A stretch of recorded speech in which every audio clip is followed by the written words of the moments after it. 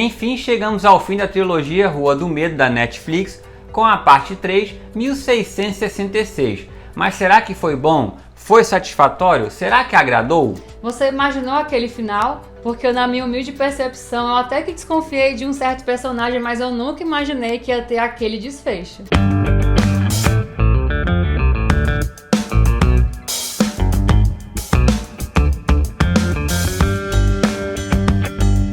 Fala aí galera, beleza? Tudo bem com vocês? Eu sou o Alexandre. Eu sou a Adriana. E esse é o canal Aqui Tem Spoiler. E a gente estava muito ansioso para a conclusão dessa trilogia, para saber o que de fato aconteceu com a Sarah, se ela realmente é uma bruxa, e o que a Dina viu no passado que fez a Shag-Sag ser tão amaldiçoada assim. Mas antes de a gente começar a falar sobre o filme, já quero te pedir para você deixar aquele like para fortalecer a nossa amizade. E você que não é inscrito ainda, se inscreve no canal e ativa o sininho. E como de costume, vamos fazer nosso vídeo separado em duas partes. A primeira parte sem spoiler com as nossas impressões e a segunda parte ali dando spoiler mais final explicado. Então se você já viu o filme e quer ver só o final explicado, a gente separa por capítulo, só você ir lá que vai ter final explicado ou parte com spoiler. Você vai lá e vê a gente falando o final explicado. Dina, ao tocar nos restos mortais de Sarah Fier, vai até 1666 e lá descobre toda a verdade sobre a cidade, sobre os moradores e principalmente sobre a maldição que assola Shag-Sag. E quando retorna a 1994, ela e os amigos lutam para sobreviver e pelo futuro da cidade. Na terceira parte, muitos personagens do primeiro filme retornaram para a parte final e foram incluindo alguns personagens novos também. Isso poderia deixar o filme um pouco confuso por causa do excesso de personagens, mas não, isso não aconteceu. A direção soube trabalhar bem essa parte. Realmente, assim, quando eu vi vários personagens que voltaram, eu fiquei feliz em vê-los, em revê-los. Mas achei que ia ficar confuso, não ficou porque o foco realmente era na origem da Sarah. Então eles trabalharam mais o foco na Sarah realmente, que era o mais importante aqui. E podemos ver também o motivo da maldição, a conclusão da história e posso até dizer que foi bem satisfatório, nos agradou bastante. Na verdade que eu queria ter visto mais sobre os outros personagens, outros assassinos que apareceu.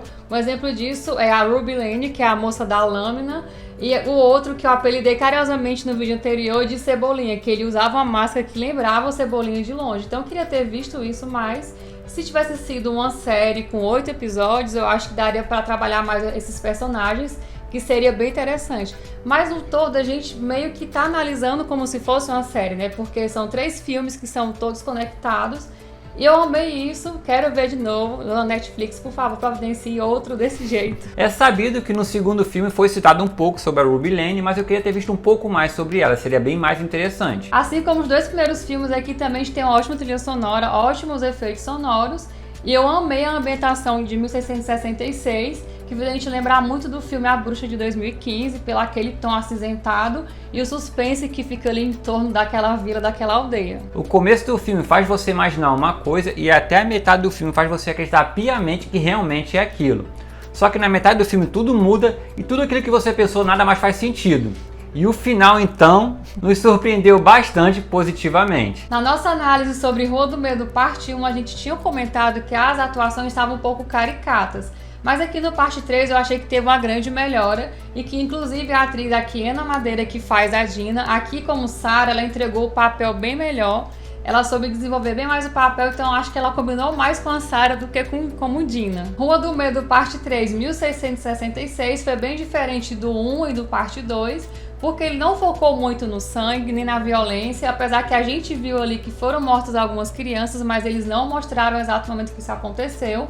Eles focaram bem mais na história mesmo, no desenvolvimento da personagem, na maldição, a origem da maldição. Então se você que é muito fã de assassinos slasher, não vai ter aqui, você vai ficar um pouco decepcionado. Lá pro final que vai voltar um pouco os assassinos, você vai gostar um pouquinho de ver o sangue, mas esse filme é bem diferente, como eu falei, já tem a pegada da bruxa mesmo. Então talvez você fique um pouco decepcionado, mas no todo eu acho que ele tá bem, assim, igual o parte 2, pra mim que foi um melhor. Então o parte 3 ele tá ali no mesmo patamar do parte 2. E você que entrou aqui nesse vídeo não assistiu a parte 3 ainda, porque estava esperando ela sair para depois maratonar as 3 partes e quer saber se vale a pena assistir? Sim, vale muito a pena assistir sim, é um bom entretenimento, é uma boa distração, é um bom filme. E os 2 primeiros dali muita referência aos assassinos slash dos anos 70, 80 e 90. Mas o terceiro ele foge um pouco dessa regra aí, mas sim, vale a pena assistir de verdade. E principalmente você que vai maratonar os 3, eu acho que vai funcionar ainda melhor, né? Porque a gente teve esse período de uma semana pra gente criar uma expectativa maior e criar teorias. Então, quando você for assistir de uma vez, vai ter uma outra percepção dessa trilogia. Então, se você não assistiu a trilogia ainda, não perca tempo. Vá assistir, depois você volta aqui para conversar com a gente, porque agora é a parte com spoiler e final explicado.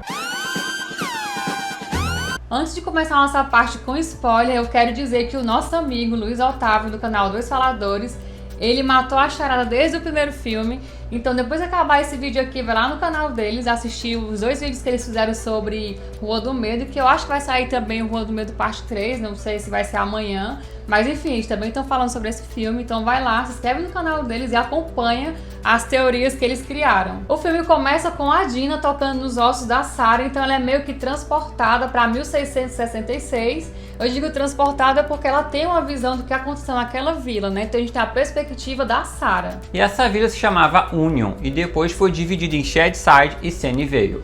E é interessante ver porque o nome era União, então eles viviam em união nessa comunidade, nessa vila. Eles tinham um propósito de viver ali bem, de ter a terra fértil, só que eles eram muito religiosos. Então, cada pessoa que tinha um comportamento diferente, eles tinham como pecado, estranho, então era uma bruxa. E a Sarah era apaixonada pela Hannah, a Hannah, que era filha do pastor, e elas ficavam ali escondidas, né? Porque naquela época esse tipo de relacionamento entre pessoas do mesmo sexo não era aceito. E como eles eram bem religiosos, esse era um tipo de pecado para eles, que era capaz até de atrair maldições para a cidade. E o pai da Sarah havia prometido ela ao Salomon, que era um viúvo, só que ela não queria casar com ele e tinha o Salomon como um amigo e vice-versa. Pelo menos isso é o que a gente imaginava. E a gente vê que essa vila, mesmo sendo religiosa, os jovens se comunicam ali através de um código para se encontrar na madrugada e curtir a night. Então a Sarah, a Hannah e outros jovens vão até uma cabana no meio da floresta, que eles diziam que era a cabana de uma bruxa, para roubar umas frutinhas alucinógenas. E quando chega lá, a Sarah encontra um livro de bruxaria, fica muito curiosa e começa a ler esse livro. E nesse momento a gente até pensa que ela está invocando algum mal, algum capiroto. Só que nada acontece, aparece a bruxa, a dona da cabana, e expulsa eles dali. Então eles voltam para a festa, Sarah e Hannah ficam sozinhas ali, elas começam ali a se acariciar, se amar, se beijar. Só que elas ouvem um barulho na floresta, se assustam e voltam para a vila. No dia seguinte, coisas estranhas começam a acontecer. Frutas apodrecem, animais morrem, a terra fica infértil, a água fica imprópria e logo a gente começa a associar a Sarah, pois ela leu aquele livro lá das bruxas. Então o pastor da vila começa a ouvir vozes, ele pega as crianças da vila, tranca elas na igreja fazendo elas de refém, os moradores ficam ali preocupados e o Salomon aparece, consegue entrar por outra porta e vê que o pastor está falando coisas sem sentido, com os olhos arrancados, e que ele matou as crianças e também arrancou os olhos delas. E nisso o pastor tenta atacar o Salomon, só que o Salomon se desvencilha do pastor e acaba matando ele. Então os moradores da cidade, da vila, resolvem fazer uma reunião para descobrir qual o mal que assola aquela cidade, qual a maldição que está naquela cidade. Então um dos moradores diz que viu a Sarah e a Hannah na floresta se beijando, se acariciando, e ele diz que elas trouxeram o mal, a maldição para a cidade. Então os moradores da vila, acreditando que elas eram bruxas, começaram a caçar as duas. Nessa caça, eles conseguem capturar a Hannah e prender ela na igreja. A Sarah consegue fugir, mas depois ela volta e conversa com a Hannah, fala para ela que vai lá na cabana, volta lá, para fazer um pacto com o capiroto, já que falam que elas são duas bruxas mesmo. Vai fazer esse pacto para se livrar deles, né? E elas viverem felizes para sempre, sem nenhuma perturbação. E quando a Sarah chega na cabana da bruxa, ela vê que a bruxa foi morta e que o livro dela foi roubado. Então ela vai até a casa de Salomon pedindo ajuda para ele, falando que os moradores de Union estão atrás dela. O Salomon esconde ela, só que ela vê uma passagem secreta na parede da casa dele, e quando ela entra nessa passagem secreta, ela vê tipo um altar para o capiroto, e ela vê que o Salomon roubou o livro da bruxa. Ela descobre também que ele colocou uma maldição sobre Union e que ele e todo descendente dele vai ser próspero assim por gerações. Mas o pacto era uma vida em troca de tudo isso, então ele tinha que dar para o capiroto o nome de uma vítima, e a primeira vítima que ele deu foi o pastor. Então a gente viu o nome do pastor sendo escrito lá na caverna, na parede da caverna. Além disso, ele também amaldiçoou aquela terra, por isso que Shadyside não era próspera e Sunnyvale sim. Salomon e Sarah têm uma luta corporal, e nesse momento a gente vê que ele decepa a mão dela, deixando a mão dela cair na caverna, e nessa caverna tem uma saída para a igreja, que é por onde a Sarah consegue fugir, mas logo em seguida ele vem atrás dela e fala que conseguiu capturar ela e que ela é a bruxa. Então os moradores levam Sarah e Hannah até uma árvore para poder enforcarem elas lá, só que antes disso eles pedem para elas confessarem os seus pecados.